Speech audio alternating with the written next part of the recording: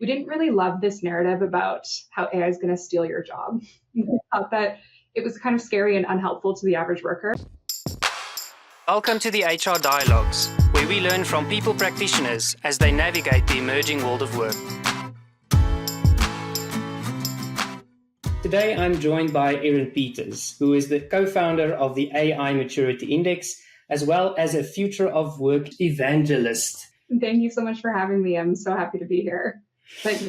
What brings you to our episode today, Eryn? Yeah, well, as you mentioned, I'm a Future of Work evangelist, and I love keeping track of all of these different trends that relate to the future of work, whether it's remote working and the globalization of teams, freelancing, and kind of this contractor versus employee pull and push that we're seeing these days, and the super loud and hard to ignore impact of AI and technology on jobs and skills. So it's kind of all encompassing, watching how these trends affect each other and how they affect us as humans. And it's definitely been an interesting time. I think we always say the speed of change has been increasing, but I think the last 24 to 36 months, with all the factors that you've mentioned on the global scale, I think has really set the tone for a different type of work future. And one of the things that we want to talk about today is AI maturity and what's starting to happen in organizations. But before we jump in there, Eryn, what's been the best advice that you've ever received in your career? Oh gosh, I think I get kind of pulled in two directions, because on the one hand, there's that saying, if you don't have the time to do it right, do you have the time to do it over? And on the other hand, you have, don't let perfection be the evil of greatness. So I think I ping pong between these quite consistently. Well, I must say, not playing the psychologist card, but there's probably a little bit of a relation there between the two different ones there. Yeah, I'm sure.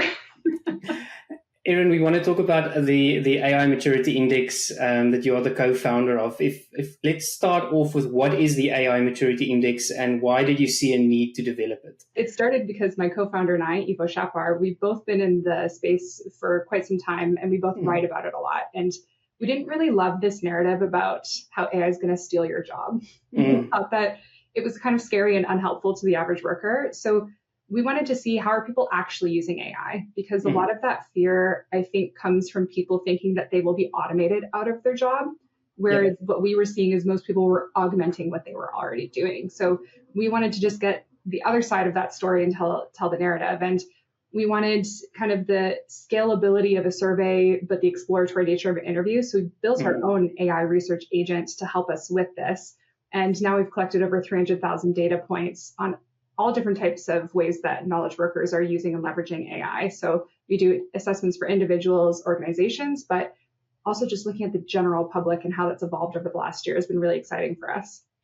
I can imagine, and I think you're absolutely right. And I do blame the public media for this a little bit. The general headlines of, 9 million jobs will be gone by 2030, 2035, I think it has caused an unnecessary anxiety and fear in the workforce of today. And I think for a lot of people, then they're trying to avoid AI, or they lag a bit in the adoption, or they're trying to not necessarily integrate that or augment what they do with it today as well. So in this context, when you look at AI maturity, what is it that you actually look at?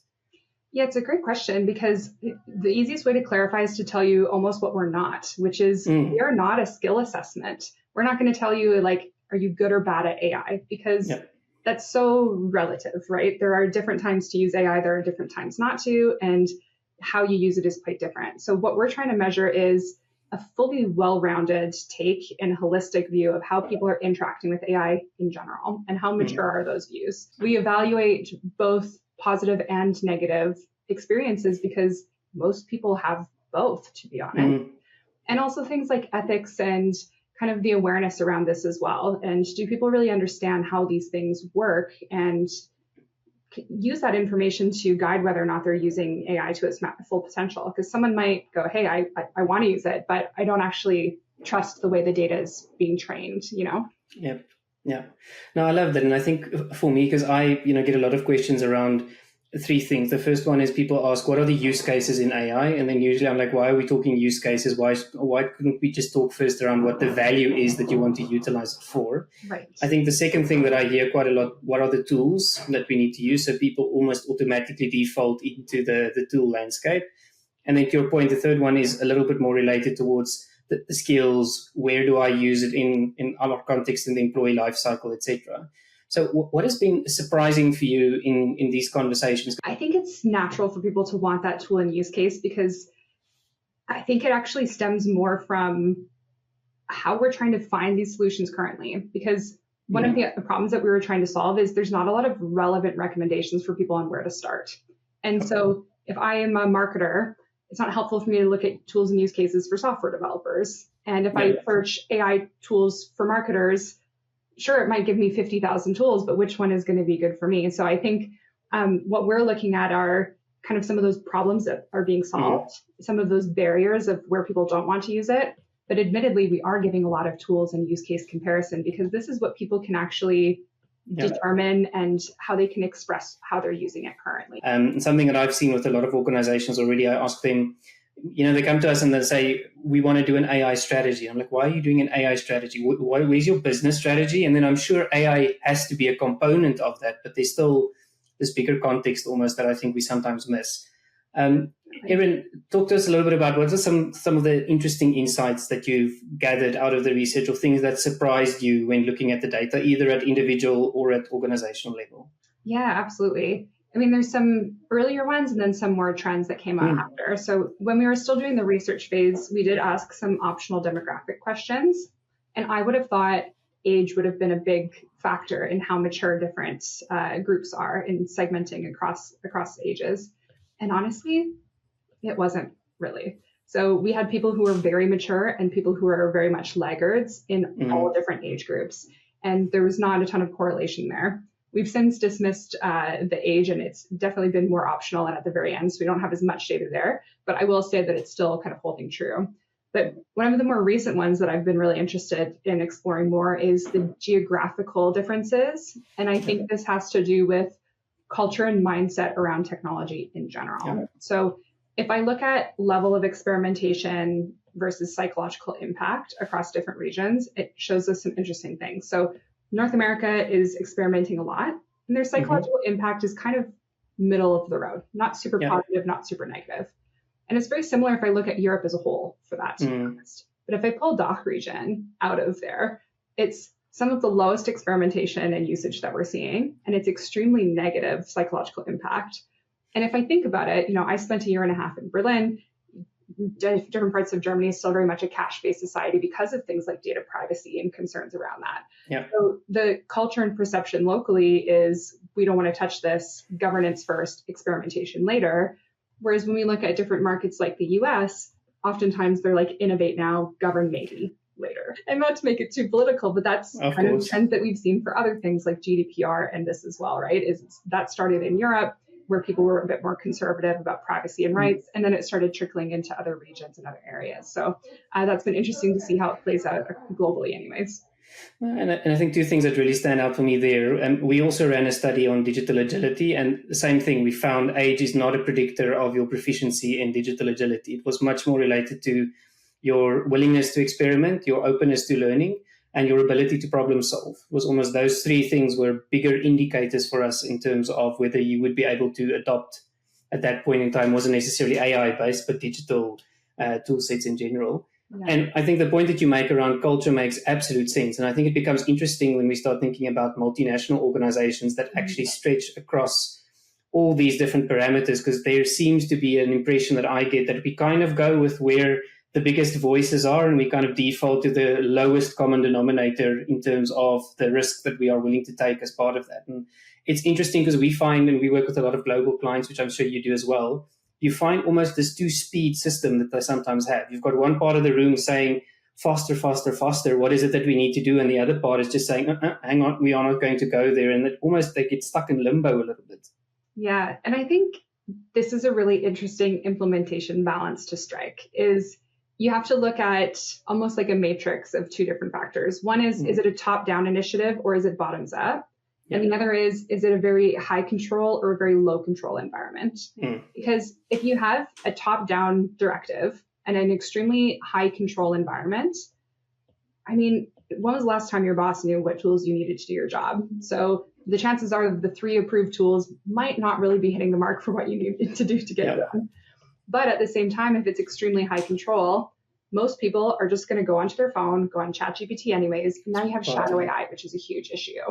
Yeah. And if you go, hey, this is bottoms up, pick your own tools, throw it on a company credit card. Now it's the wild, wild west. It's a lawless way.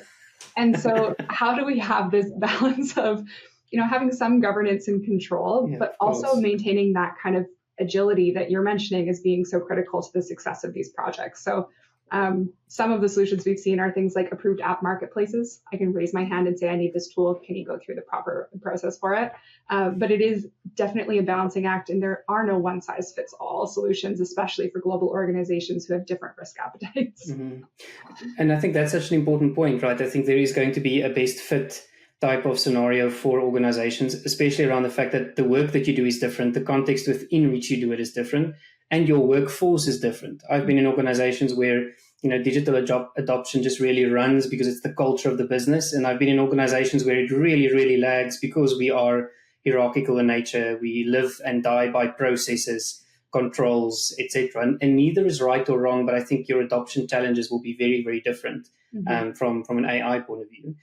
Eryn, I do want to double click on something that you mentioned earlier around the psychological impact, because I think that is very much relevant for a lot of people at the moment, beyond just the techno stress side of things and the anxiety things. And I think there's been a lot of interesting studies also coming out around where and how you use AI has got certain influences on, your emotional situation in terms of your cognitive abilities and those types of things. Is there anything interesting that you've seen that started to come out of the data there?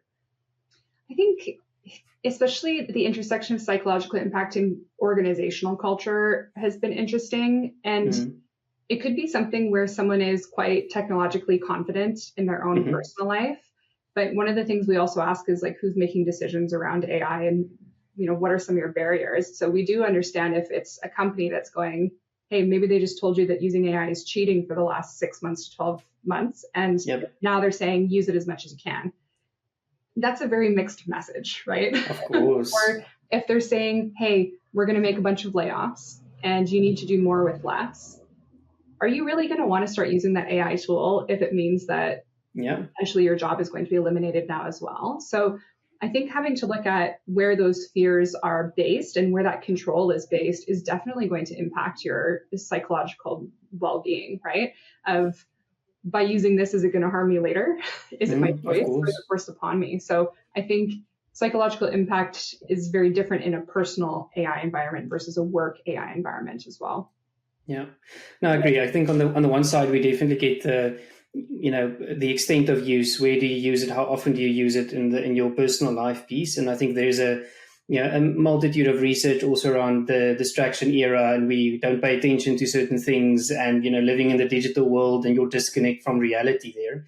What I do find interesting is this piece that you mentioned on the narrative that organizations don't control well pertaining to AI, because you're absolutely right. A lot of organizations at the beginning said, don't touch the stuff, Armageddon is coming. And now all of a sudden everybody's on the bandwagon to say, we have to double down on AI. But what does that then mean? And how do you manage that change in, I don't want to call it permission, but it's change in mindset and the permission to experiment, which I think is actually a very big behavioral shift that organizations don't pay enough attention to.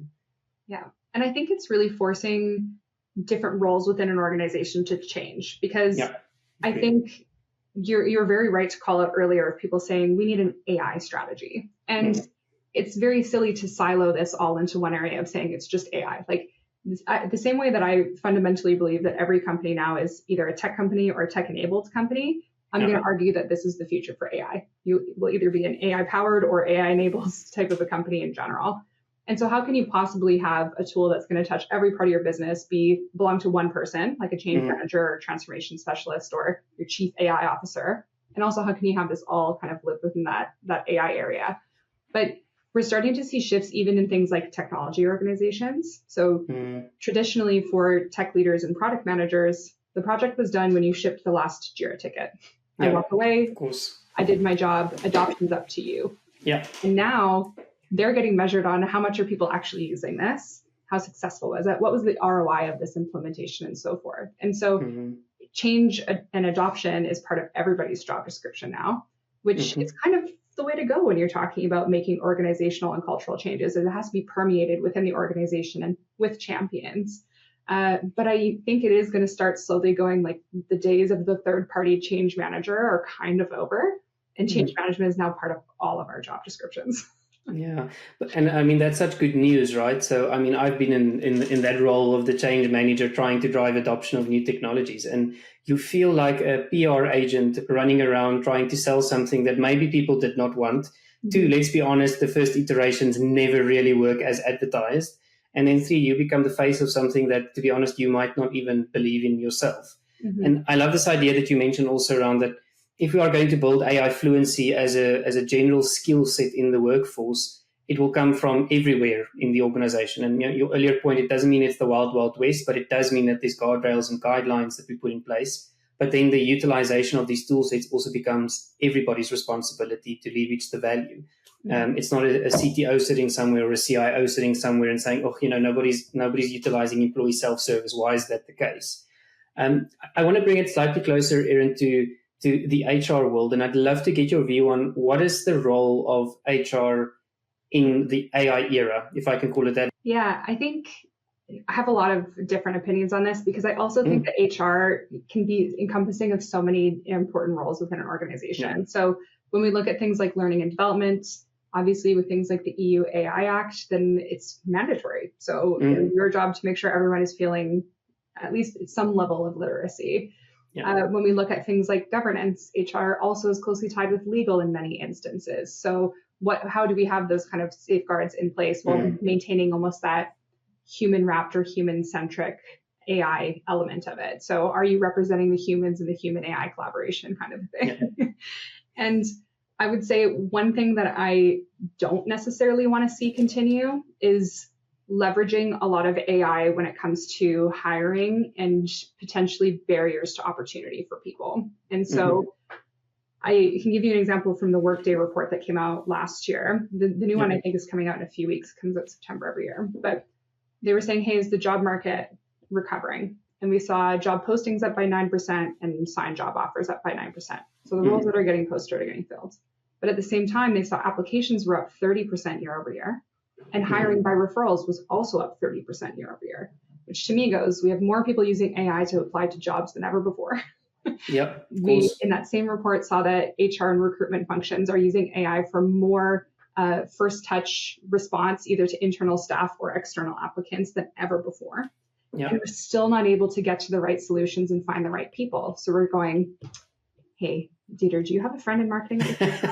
And we're not going through those channels that reduce things like bias and making homogeneous teams and everything. So I think it's also the role of an HR person to say, how are we leveraging AI in responsible ways that actually provide benefits to everybody rather than reducing opportunity for everyone as well? So I think that's also the role of someone who has that critical mind and eye of knowing where do these biases usually get out of control and how do we make sure we have extra checks and balances on that? Something we often talk about is just because you can does not mean you should, right? So even the employee experience environment, sometimes you need to choose to do certain things slower because you want to create a high touch, human, memorable moment in that, in that particular instance, because it leads towards attachment or engagement or I always think about the buying decision of somebody opting into your organization as well. So I think it is very good advice for HR leaders to understand that it's not about running around. And I think that for me comes back to our earlier point around why do you want to leverage AI? Is it for productivity gains? Is it efficiency? Is it quality of output? Is it scaling? Because I think if you don't have that conversation, everything becomes an efficiency gain. And I've seen a whole bunch of leaders fall into that trap where it's all about efficiency. And it's almost like we lose a little bit of the root cause of why we do certain elements. Love the point that you made around the legal guardian side of things that we do need to do. And I think the oversight there around things like L&D, I think there's massive applications also in things like, workforce planning, becoming a lot more data-driven as HR teams, which is something that we've been speaking about for a number of years. And I think on the other side, just becoming a lot more informed around what the core of the business is currently busy with, because I think it's a great gateway for us to be able to really integrate into the line of business rhythms and the way that things work. Yeah. Eryn, let's talk a bit about, you've mentioned it shouldn't sit in one office somewhere with a Center of Excellence AI chief sitting somewhere like buying all the tool sets and plotting out all the processes. Having AI councils has seemingly been the most effective at integrating it in different parts of the business to date. And usually that has different people who are impacted the most. So you have folks from HR, you have data, you have information security, technology, legal oftentimes that are going, what needs to change for us in order to be enabled? Because I can't fix, just tool adoption on one side. I need to then go through procurement and who's going to be doing all this and then enable people to use the tools.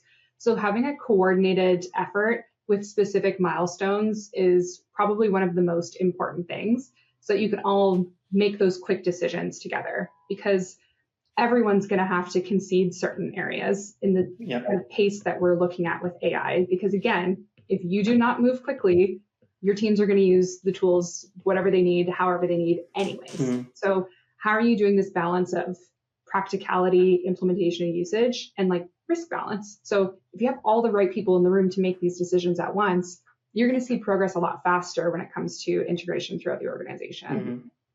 And I think you then have a realistic conversation around what really is our appetite to try certain things, because I'm not a big supporter of just experimenting across the board just because we can. I think that there's a lot of waste that then actually creeps into the organization, not just to talk about, the green impact, but literally to talk about wasted time, wasted learnings that's not being kind of put back into the organizational system. Yeah. And I think to your point, I think what it also does quite nicely is it does give the different perspectives, as long as that council's mandate is clear on what they are there to try and achieve. And their view there is to lead the organization towards being AI ready, as opposed to act as a barrier towards that. I think the other thing is realizing that we are at the end of the beginning, where most people have had strategies and they're starting to experiment. And it's a bit of a shotgun approach. I'm going to try a bunch of tools, see what sticks, and then we'll double down on those. And we're still seeing that over 80% of AI implementation projects are failing.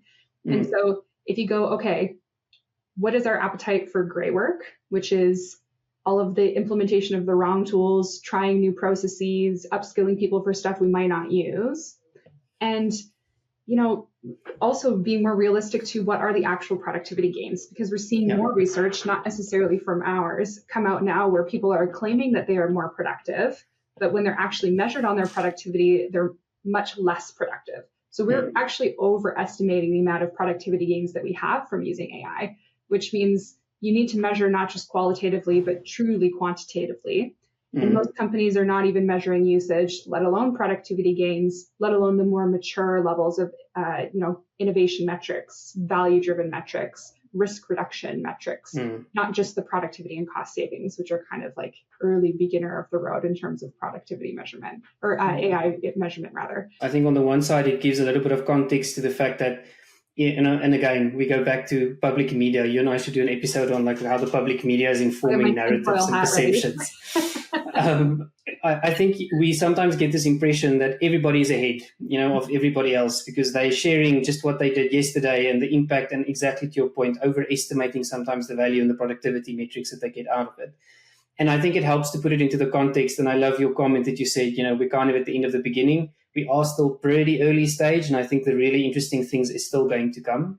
Yeah. I think the other point that you make for me is very interesting, is around the fact that we are also seeing a mental model shift in terms of how work happens and how work takes place. So we should also be realizing that there's almost one school of thought that will go about that AI makes us faster at what we're already doing, which is, I think, how a lot of people still view productivity today.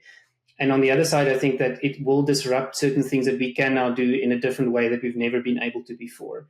And I think it is two very different streams of innovation that you are going to find. We talked already about how AI is not going to steal your job, right? Yeah.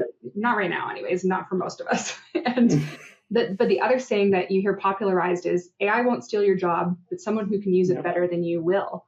And I also don't think that that's a helpful narrative, because again, more usage is not necessarily better. And not all companies or teams or roles are built the same when it comes to AI, because it is not fair for someone in HR to be compared and benchmarked against a software developer who's been building this for 20 years, or for someone in healthcare who is in a highly regulated space when it comes to usage of data and these tools, to someone, again, who might be in technology where, governance is often suggested but not always applied. Yeah. So this concept of benchmarking is, I think, very important for people to not feel like they are being left behind and to have that agency and confidence to ask the right questions.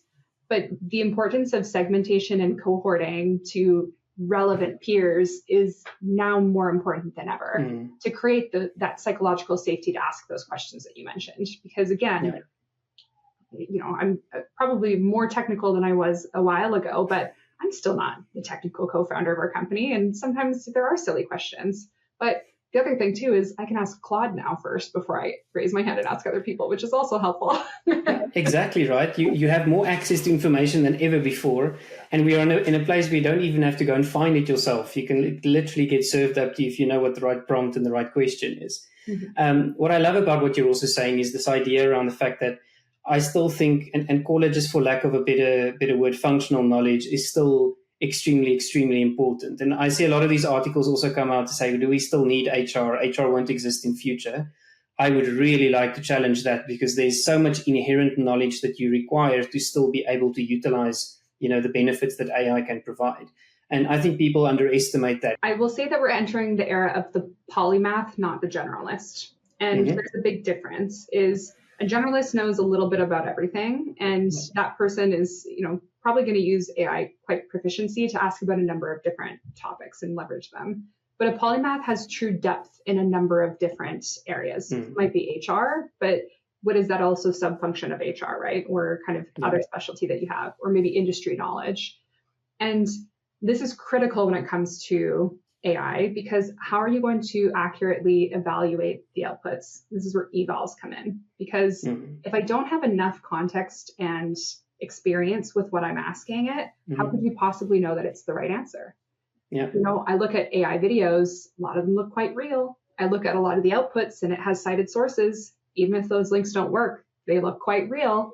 So being able to know just enough to know if something is giving you accurate and correct information is so incredibly important. So this is, again, one more tick in the augmentation box than the automation box is you need people who have this specialized knowledge and expertise, their own lived experiences, really to not only make the right prompts, but evaluate what's coming out on the other end to make sure that it's useful, truthful, and valuable. Yeah, no, can't agree with you more. You do open up a very interesting conversation around what do we do with the next generation that's entering the workforce, because that is something that I do worry about a bit, right? I think we've seen some organizations trying to get headcount gains by applying AI in high volume jobs. And I think I can understand the business case for it, but I also want to ask the question, who's going to develop the next generation of workers if we are not willing to let people get experience, exposure, apply the skill sets that they have. So would love to hear your thoughts on it. And I know it's a complex, multifaceted issue, but what do we do there, and what is our responsibility as organizations?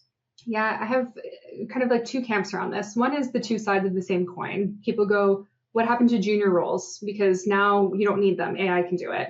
But on the flip side, are juniors not now at least mid-level with the amount that they can gain by leveraging these tools effectively, especially when we're talking about the younger generation who is going to be brought up AI native. They will be using these tools throughout, right? I think back to school, my math teacher said, you're not going to have a calculator in your pocket everywhere you go. And I do. And how these students are being brought up with AI tools and LLMs and all of this. But I do think that it pushes us also towards kind of talking about roles as well. So World Economic Forum had their AI jobs and skills reports comes out every February. And it was some crazy high number, around 60% of students entering elementary school today are going to work for jobs that don't even exist yet. So when it comes to junior, mid-level, whatever else, I don't really care, because this is very much role-based thinking. How can we prepare people for roles that don't exist? But also with AI, task segmentation and so forth, we are slowly and finally pushing towards skills-based organizations. So if we can teach them how to have the right skills rather than being a junior insert job title here, then this becomes less scary, because everyone has skills that are valuable. It's just the mixture and application of them that is our job to figure out. Yeah, and I think also the job is how do we start preparing our organizations? Because, I'm a firm supporter of the skills-based movement. I think organizations struggle at the moment with first the mental model that's very much still stuck into a traditional view of work architecture and jobs and roles. And I think the second one is there are some HR practices that need a complete redesign. Skills-based reward is not something that we're just going to adjust by no longer focusing on jobs and rather focusing on skills. And it's the same for me in the talent acquisition space. I think it's easier in things like L&D because they typically, skills-based is a natural evolution of, call it kind of the next phase. Eryn, before I start wrapping up for us, what advice do you have for HR leaders that might be in organizations that don't know what the way is forward? What voice do they need to be besides the things that we've spoken about already? Yeah, I think you don't have to overcomplicate it.